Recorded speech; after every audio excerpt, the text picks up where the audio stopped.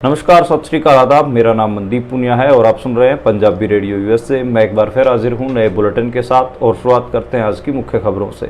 आज Indian parliament में नरेंद्र मोदी जब स्पीच देने के लिए खड़े हुए तो विपक्षी सांसदों ने लगातार हंगामा किया। उन्होंने मणिपुर का नाम लेकर कहा कि मणिपुर वांट्स जस्टिस।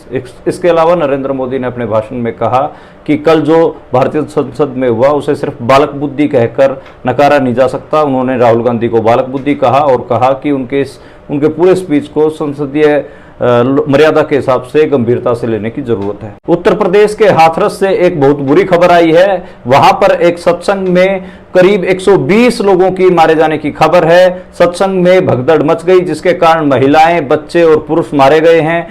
हाथरस के डीएम ने कहा है कि उनकी डॉक्टर से बात हुई है। डॉक्टर ने उन्हें 50-60 का आंकड़ा बताया है, जबकि दैनिक भास्कर के एक रिपोर्टर ने दावा किया है कि उन्होंने खुद अस्पताल में 122 लाशें गिनी हैं और दैनिक भास्कर 122 का आंकड़ा चला रहा है। आज इंडियन पार्लियामेंट में असदुद्दीन ओवैसी ने जबरदस्त स्पीच दी। उन्होंने कहा कि नरेंद्र मोदी की सरकार बनने के बाद 6 मुसलमानों की मॉब लिंचिंग हो चुकी है। उन्होंने बताया कि मध्य प्रदेश में मोदी के बुलडोजर की वजह से 11 मुसलमानों के घरों को गिराया गया। उन्होंने विपक्ष के सांसदों की सन्नाटे के ऊपर भी बात रखी। उन्होंने कहा कि इन सब घटनाओं पे विपक्ष के सांसद भी चुप हैं। जब असदुद्दीन ओवैसी स्पीच दे रहे थे तो सत्ता पक्ष के सांसद यानी बीजेपी के सांसद लगातार चिल्ला रहे थे।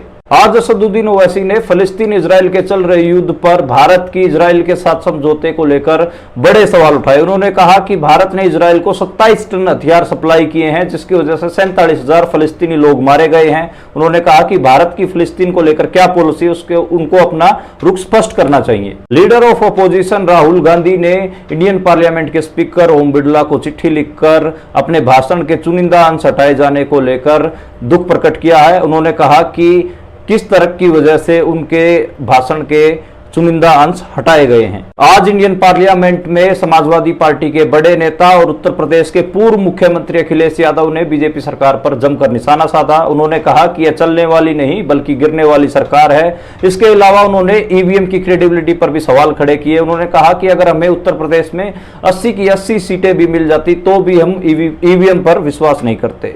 हरियाणा के किसान नेता गुरनाम सिंह चड़ूनी ने एक बार फिर चुनावी मैदान में उतरने का फैसला लिया है। उन्होंने अपनी नई पार्टी बनाई है। उस पार्टी का नाम है संयुक्त संघर्ष पार्टी। उनका चुनाव चिन्ह है ऑटो व्हीलर और उन्होंने खुद कुरुक्षेत्र के पेहवा सीट से विधानसभा चुनाव लड़ने का फैसला लिया है। आज पार्लियामेंट में बठिंडा से श्रोमणी अकाली दल की सांसद हरसिमरत कौर बादल ने भी कई अहम मुद्दे उठाए। उन्होंने बंदी सिंहों के मामले को भी उठाया। इसके अलावा उन्होंने कहा कि चंडीगढ़ पर पंजाब का अधिकार है, उस अधिकार को कमजोर किया जा रहा है। उन्होंने किसान आंदोलन का मुद्दा भी आज संसद में उठाया है। आज पंजाब के शहीद अग्निवीर के परिवार ने राजनाथ सिंह के 1 करोड़ रुपए दिए जाने के दावे को झुठलाया है। उन्होंने कहा कि केंद्र सरकार से उन्हें कोई फूटी कोड़ी नहीं मिली है। बता दूं कि राहुल गांधी ने कल अग्निवीरों की शहादत पर केंद्र सरकार द्वारा कोई भी रुपए न दिए जाने की बात उठाई थी, जिसको काटते हुए राजनाथ सिंह ने कहा था कि अग्निवीर शहीद परिवारों को 1 करोड़ रुपए दिए जाते हैं। इस पर आज पंजाब के अग्निवीर शहीद परिवार ने इसको लेकर झुठलाया है और कहा है कि केंद्र से उनको कोई भी फूटी कोड़ी नहीं मिली है। ये थी आज की मुख्य खबरें। अब करते हैं इन खबरों का विश्लेषण और शुरुआत करते हैं पहली खबर से जो कि आई आज इंडियन पार्लियामेंट से। आज इंडियन पार्लियामेंट में प्रधानमंत्री नरेंद्र मोदी ने अपना भाषण दिया और उन्होंने जो अपना भाषण दिया उसमें लगातार राहुल गांधी को निशाना बनाया। उन्होंने राहुल गांधी को आज बालक बुद्धि कहकर संबोधित किया। उन्होंने कहा कि जो बालक बुद्धि कहकर उनकी हरकतों को टाला जा रहा है उसके गंभीर परिणाम होंगे, इसलिए उनको ऐसे ना टाला जाए बल्कि संसद उन्होंने स्पीकर से दरख्वास्त की कि इन सारी बातों का वो संज्ञान ले। इसके अलावा नरेंद्र मोदी ने कहा कि लगातार कांग्रेस ये प्रचार कर रही है कि वो जीत गए, जबकि वो तो 100 का आंकड़ा भी पार नहीं कर पाए। लगातार तीसरी बार वो 100 से नीचे रहे हैं और उन्होंने फेल होने में अपना वर्ल्ड रिकॉर्ड बना दिया है। उन्होंने एक चुटकुला भी सुनाया। नरेंद्र मोदी ने कहा कि एक बच्चा था, वो बोला कि मेरे 99 नंबर आए हैं और लगातार उसके बाद मिठाइयां बांटी जाने लगी, मोहल्ले में मिठाइयां बंट गई। उसके बाद उसके टीचर आए, उन्होंने कहा कि मिठाइयां किस बात की बांटी जा रही हैं, तो कहा कि उस लड़के को 99 नंबर आए हैं। तो उन्होंने कहा कि 99 नंबर उनको 100 में से नहीं मिले हैं बल्कि 543 में से मिले हैं, इसलिए जो बालक खुश होता फिर रहा है उसको इतनी खुश होने की जरूरत नहीं है, उसकी असलियत लोगों को पता है। ये बात नरेंद्र मोदी ने कही। नरेंद्र मोदी जो राहुल गांधी का भाषण था वो काफ़ी आक्रामक था। इस वजह से नरेंद्र मोदी आज उनको जवाब संबोधित करते हुए नजर आए, उनको बालक बुद्धि कहते नजर आए और लगातार वो अपने भाषणों में फंबल भी कर रहे थे। पहली बार नरेंद्र मोदी का उड़ा हुआ चेहरा लोगों ने देखा, इतने कॉन्फिडेंट वो नहीं दिख रहे थे। उससे अगर हम अगली खबर की बात करें तो उत्तर प्रदेश के हाथरस से एक दुखदायी खबर आई। उत्तर प्रदेश के हाथरस में एक शिव जी का सत्संग था। शिव जी भगवान के सत्संग के दौरान भगदड़ मच गई और उस भगदड़ में करीब 122 लोगों की मौत की खबर है। ये जो उस वहां पर मौके पर जो पत्रकार वहां से रिपोर्ट कर रहे हैं, उन्होंने खुद जानकारी दी है कि उन्होंने खुद लाशें गिनी हैं, लाशें 122 हैं। दैनिक भास्कर ने इसके ऊपर खबर भी छापी है। लेकिन वहां के डीएम आशीष कुमार ने कहा है कि उनकी डॉक्टर से बात हुई है और मृतकों की संख्या उन्होंने 50 से 60 बताई है। उन्होंने भी कोई क्लियर आंकड़ा नहीं कहा है। अलग अलग लोग अलग अलग आंकड़े कह रहे हैं, पर सारे पत्रकार जो वहां से रिपोर्ट कर रहे हैं वो 122 का आंकड़ा कह रहे हैं कि 122 लोगों की मौत हुई है। उसमें ज्यादातर महिलाएं और बच्चे हैं, कुछ पुरुष भी हैं। और ये मौत इस करके हुई है क्योंकि पंडाल में एकदम भगदड़ मच गई। और इस उनकी मौत होने के तुरंत बाद बहुत सारे सवाल उठ रहे हैं। एक तो सवाल यही उठ रहा है कि डीएम ने इतनी गर्मी में परमिशन क्यों दी, जब इतनी सारी भीड़ जुटनी थी तो उसके प्रशासन ने पुख्ता प्रबंध क्यों नहीं किए गए। तो बहुत सारे सवाल उसको लेकर हो रहे हैं। लेकिन बहुत दर्दनाक हादसा, आप सोचिए कि भगदड़ मचे और 122 लोगों की एकदम से मौत हो जाए। तो ये उत्तर प्रदेश के हाथरस में हुआ है। सरकार इसको लेकर लिपापोती कर रही है, कोई क्लियर बात नहीं बोल रही है, ना क्लियर स्टैंड ले रही है। मेरे को लगता है कि इस पे सरकार को क्लियर बात बोलनी चाहिए, क्लियर स्टैंड लेना चाहिए, पर ऐसा हमें कुछ भी देखने को नहीं मिल रहा है। इससे हम अगर आगे बढ़ें और इससे अगली खबर की बात करें तो वो भी भारतीय संसद से खबर आई। इंडियन पार्लियामेंट में आज असदुद्दीन ओवैसी ने भी स्पीच दी। उनकी जो टेक थी वो थी कि जो भारत की अभी सरकार बनी है वो बहुसंख्यकवाद के ऊपर टिकी हुई है। उन्होंने यानी कि जो ज्यादा गिनती के लोग हैं उनके ऊपर टिकी हुई है। उन्होंने कहा कि मुसलमानों का डर दिखाकर और ये हिंदुत्व की जीत है। और उन्होंने कहा कि मुसलमानों की जो संख्या है वो आज के समय भारत में 14% है, लेकिन सिर्फ 4% मुसलमान ही सांसद बन पाए हैं। और उन्होंने ये भी कहा, विपक्ष के ऊपर भी निशाना साधा। उन्होंने कहा कि विपक्ष वाले मुसलमानों की वोट तो ले रहे हैं लेकिन उनको रिप्रेजेंटेशन नहीं दे रहे हैं। उन्होंने कहा कि CSDS ने के डाटा से पता चलता है कि आज के समय में जो ओबीसी सांसदों की संख्या है वो कहीं ना कहीं देश के जो स्वर्ण सांसद है उनकी गिनती के बराबर पहुंच गई है। लेकिन जो मुसलमान सांसदों की संख्या है वो सिर्फ 4% पर अटकी हुई है, जबकि उनकी संख्या, उनकी जो पॉपुलेशन है देश में वो 14% है। क्या मुसलमान सिर्फ एक वोट बैंक हैं? उन्होंने एक सीरियस सवाल खड़ा किया। इसके अलावा असदुद्दीन ओवैसी ने कहा कि जो जब से नरेंद्र मोदी की सरकार बनी है तब से मुसलमानों की 6 से ज्यादा मुसलमानों की मॉब लिंचिंग की घटनाएं आ चुकी हैं। इसके अलावा उन्होंने कहा कि मध्य प्रदेश में 11 परिवारों के घरों को मोदी के बुलडोजर से ढहाया गया। जब उन्होंने मोदी के बुलडोजर शब्द का इस्तेमाल किया तो जो सत्ता पक्ष के सांसद थे वो शोर मचाने लग गए। उन्होंने असदुद्दीन ओवैसी की स्पीच को रोकने की कोशिश की, पर असदुद्दीन लगातार बोलते रहे। उन्होंने जो विपक्ष की चुप्पी है उसके ऊपर भी सवाल उठाया। इसके अलावा उन्होंने हिमाचल प्रदेश में एक मुसलमान की दुकान उजाड़ने की बात भी कही, क्योंकि हमको सबको पता है कि हिमाचल में कांग्रेस की सरकार है। तो उनका इशारा ये था कि जो कांग्रेस दावे कर रही है सेकुलरिज्म के, तो हिमाचल में उन्हीं की सरकार है और एक मुसलमान की दुकान उजाड़ दी गई। उसको लेकर भी उन्होंने बहुत गंभीर सवाल उठाए। और आज असदुद्दीन ओवैसी की स्पीच बहुत सुनने लायक थी। उन्होंने जो बहुसंख्यकवाद है भारत का उसको लेकर गंभीर सवाल खड़े किए। कहा कि देश के सामने सबसे बड़ी चुनौती उन्होंने बहुसंख्यकवाद को बताया। और इसके जब वो भाषण दे रहे थे तो लगातार बीजेपी के लोग उनके भाषण को डिस्टर्ब करने की कोशिश कर रहे थे। अब हम आगे बढ़ते हैं और अगली खबर की बात करें तो ओवैसी ने एक बहुत जरूरी जियोपॉलिटिक्स के हिसाब से एक जरूरी सवाल उठाया इंडियन पार्लियामेंट में। उन्होंने कहा कि अब तक इंडियन गवर्नमेंट इजराइल को 27 टन हथियार दे चुकी है, जिसके कारण 47,000 फलिस्तीनी मारे गए हैं। तो उन्होंने कहा कि जो इंडिया की फॉरेन पॉलिसी है इजराइल और फलस्तीन के मामले में उसका खुलासा किया जाना चाहिए। इंडिया को अपना रुख साफ करना चाहिए कि वो फलस्तीन के साथ है या इजराइल के साथ है, क्योंकि एक तरफ तो दावा करिए कि फलस्तीनियों के साथ गलत हो रहा है, दूसरी तरफ वो इजराइल वालों को हथियार सप्लाई कर रही है। इसके अलावा जो बेरोजगार नौजवान हैं हरियाणा के, पंजाब के, उनको इजराइल भेजा जा रहा है मजदूरी करने के लिए। तो असदुद्दीन ओवैसी की जो स्पीच थी खासकर फलस्तीन इजराइल वाले मामले में उसमें एक वजन था। और वाकई में जो इंडिया है वो डुअल पोजीशन रख रहा है, वो कोई क्लियर पोजीशन नहीं बता रहा। जो इजराइल और फलस्तीन का कॉन्फ्लिक्ट है उसको लेकर कोई क्लियर पॉलिटिकल पोजीशन ले नहीं रहा, अपना रुख भी साफ नहीं कर रहा कि इंडिया का रुख क्या है इस मामले पे। उससे हम अगर अगली बात खबर की जिक्र करें तो वो है राहुल गांधी के बारे में। राहुल गांधी ने आज स्पीकर ओम बिरला के नाम पर एक खत लिखा, एक चिट्ठी लिखी। उसमें उन्होंने कहा कि उन्होंने जो कल भाषण दिया था उसके बहुत सारी चीजें ओम बिरला ने उनके भाषण से हटवा दी। उस पर उन्होंने आपत्ति दर्ज की। उन्होंने कहा कि उनके जो भाषण के चुनिंदा अंश हैं उनको क्यों हटाया गया। बीजेपी के सांसदों के तो कोई भी जो अंश हैं वो नहीं हटाए जाते, भाषणों के अंश कोई भी नहीं हटाए जाते, उनके ऐसे कैसे भाषण छप जाते हैं। जबकि जो हमारे जो विपक्ष के जो सांसद जब देते हैं स्पीच देते हैं तो उनके बहुत सारे भाषणों के अंशों को हटा दिया जाता है। इसको लेकर आपत्ति जाहिर की है राहुल गांधी ने, एक चिट्ठी लिखकर यह आपत्ति जाहिर की है ओम बिरला के नाम पे। लेकिन ओम बिरला ने कोई इसके ऊपर जवाब तो दिया नहीं है, बल्कि आज ओम बिरला ने कहीं ना कहीं राहुल गांधी को चुप करवाने की कोशिश की। जब नरेंद्र मोदी स्पीच दे रहे थे तो विपक्षी सांसद सारे शोर मचाने लगे, तो उन्होंने राहुल गांधी को संबोधित करते हुए कहा कि ये ऐसा व्यवहार नहीं चलेगा। उसके अलावा उन्होंने एक हिसाब से इनडायरेक्टली राहुल गांधी को टारगेट करने की आज संसद में कोशिश की। हम उससे अगर अगली खबर की बात करें तो वो अखिलेश यादव के बारे में है। हम सबको पता है कि बीजेपी और कांग्रेस के बाद तीसरी सबसे बड़ी पार्टी इंडिया में आज के समय में समाजवादी पार्टी है। समाजवादी पार्टी के अध्यक्ष हैं अखिलेश यादव, उत्तर प्रदेश के पूर्व मुख्यमंत्री भी हैं।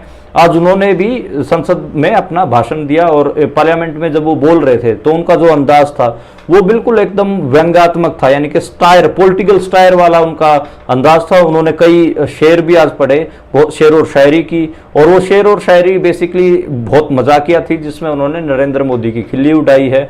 इसके अलावा उन्होंने कहा कि अगर उत्तर प्रदेश में हमारी 80 की 80 सीटें आ जाती तब भी वो ईवीएम को क्रेडिबल नहीं मानते। अगर उनकी सरकार बनेगी सेंटर में तो वो ईवीएम को हटाने का काम करेंगे। उन्होंने ईवीएम की क्रेडिबिलिटी को लेकर बहुत वाजिब सवाल खड़ा किए। उन्होंने कई सारे शेर कई सारे जो शेर और शायरी थी वो अयोध्या में जो बीजेपी की हार हुई है उसको लेकर भी पढ़ी। उन्होंने कहा, उनके पास में ही अयोध्या से जो समाजवादी पार्टी के सांसद हैं अवधेश प्रसाद, वो बैठे हुए थे, तो उनको एक ट्रॉफी की तरह वो लेकर घूम रहे हैं कि देखिए हमने ट्रॉफी जीती है। अयोध्या जीतने के बाद उन्होंने कहा कि जो बीजेपी वाले कह रहे थे, जो दावा कर रहे थे कि वो राम को लेकर आए हैं, उनको मर्यादा पुरुषोत्तम राम ने सबक सिखाने का काम किया है और अयोध्या में उनको हराकर वहां से भगाने का काम किया है। उन्होंने कहा कि आप राम को लेकर नहीं आए, राम आपको लेकर आए थे।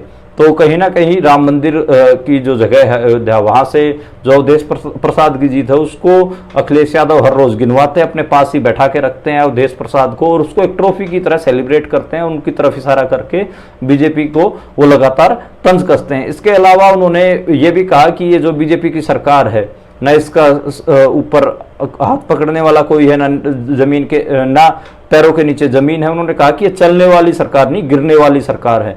तो अखिलेश यादव आज काफी स्टायर वाले मूड में थे। उन्होंने जो शेर और शायरी पढ़ी है वो आप लोग सोशल मीडिया पे जाकर मेरे हिसाब से आप लोगों को सुननी चाहिए, क्योंकि काफी पॉलिटिकल मैच्योर शेर और शायरी थी। उन्होंने बीजेपी का ठीक ठाक मजाक उड़ाया है।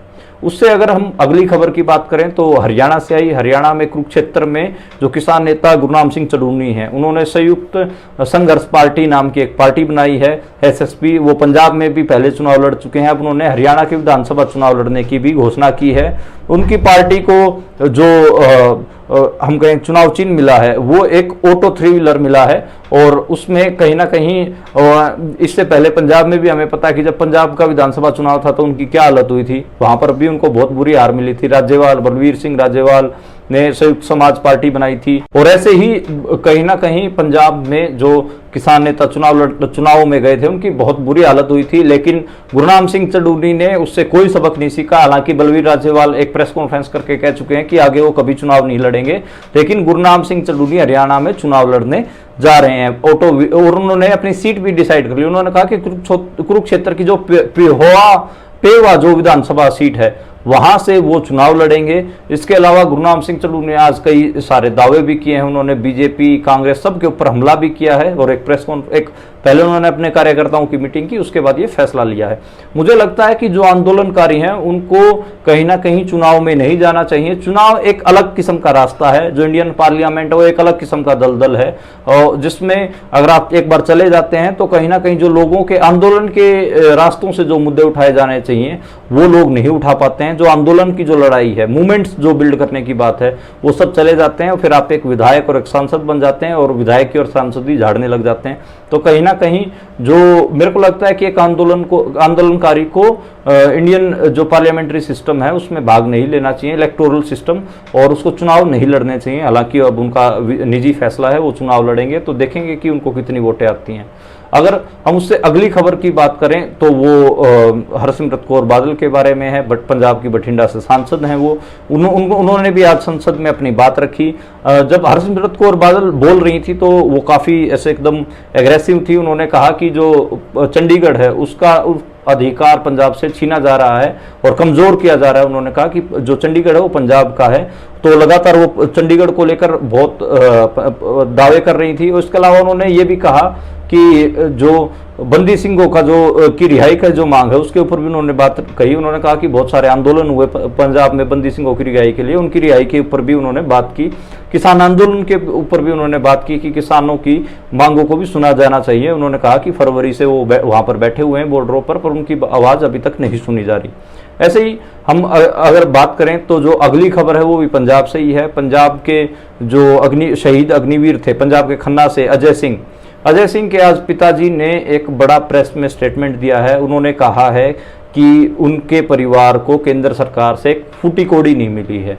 उनकी जो स्टेटमेंट है वो किस वजह से वाजिब है? वो इस वजह से वाजिब है क्योंकि हमें पता है कि कल राहुल गांधी जब बोल रहे थे तो उन्होंने अग्निवीर के मुद्दे पर लेकर कहा था कि अग्निवीर जब शहीद हो जाते हैं तो सरकार उनको कुछ नहीं देती। इस पर राजनाथ सिंह ने खड़े होकर कहा था कि केंद्र सरकार उन्हें 1 करोड़ रुपए देती है। लेकिन आज शहीद अजय सिंह के पिताजी ने कहा, ये दावा किया है कि केंद्र सरकार से उनको कोई भी पैसा नहीं मिला है। वो पंजाब के खन्ना से थे और हमें पता है कि पिछले साल वो शहीद हो गए थे। तो एक हिसाब से किसी शहीद के परिवार से ऐसी स्टेटमेंट आना मेरे हिसाब से बीजेपी के मुंह पर तमाचा है। जैसे वो जिस हिसाब से झूठे दावे कर रहे हैं कि 1 करोड़ रुपए उन्हें मिले हैं, तो कहीं ना कहीं एक ये बड़ी खबर है। और इससे पहले जो हम जिस खबर की बात कर रहे थे वो हम पंजाब की सियासत के बारे में बात कर रहे थे। हरसिमरत कौर बादल ने जो आज संसद में बोला उसके बारे में बात कर रहे थे। उसी से ही जुड़ी श्रोमणी अकाली दल से जुड़ी हुई एक खबर की भी हम चर्चा कर लेते हैं। जो सुखबीर सिंह बादल हैं वो हमको पता है कि एसजीपीसी के मेंबर्स का विश्वास जुटाने में जुटे हुए 106 मेंबर्स ने उनका समर्थन किया है। वो ये दावा करने की कोशिश, दिखाने की कोशिश कर रहे हैं कि श्रोमणी अकाली दल के वो सर्वे सर्वा हैं, वही एक हिसाब से सर्वमान्य अकाली दल के सर्वमान्य नेता हैं। हमें सबको पता है कि कुछ दिन पहले कुछ अकाली दल के नेताओं ने उनके खिलाफ प्रेस कॉन्फ्रेंस की थी, उनकी लीडरशिप पे सवाल उठाए थे। तो एक इसके ऊपर भी हम अलग से कभी पूरा एक इंटरव्यू करेंगे कि आज के समय में अकाली दल किस हालात में है और श्रोमणी अकाली दल इस हालात में पहुंचा कैसे, और इसके अलावा जो लीडरशिप क्राइसिस है या क्या है, सच में ये लीडरशिप क्राइसिस है या फिर इसको बनाया जा रहा है, इसको लेकर एक लंबा इंटरव्यू मैं आप तक जरूर पहुंचाऊंगा इस हफ्ते, अगले हफ्ते।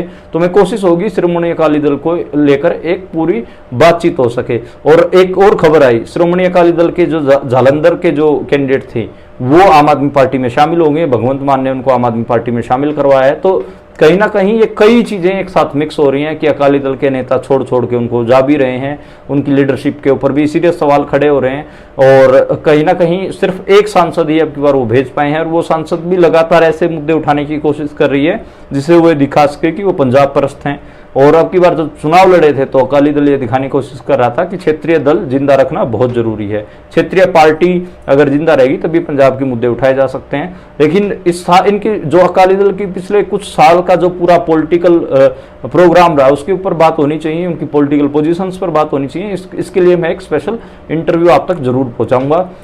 तो मोटा मोटा आज की भारत की पॉलिटिकल खबरें भी यही थी और उनका विश्लेषण भी यही था। कल हम दोबारा मिलेंगे नई खबरों के साथ, नए विश्लेषण के साथ। आप देखते और सुनते रहिए पंजाबी रेडियो यूएसए।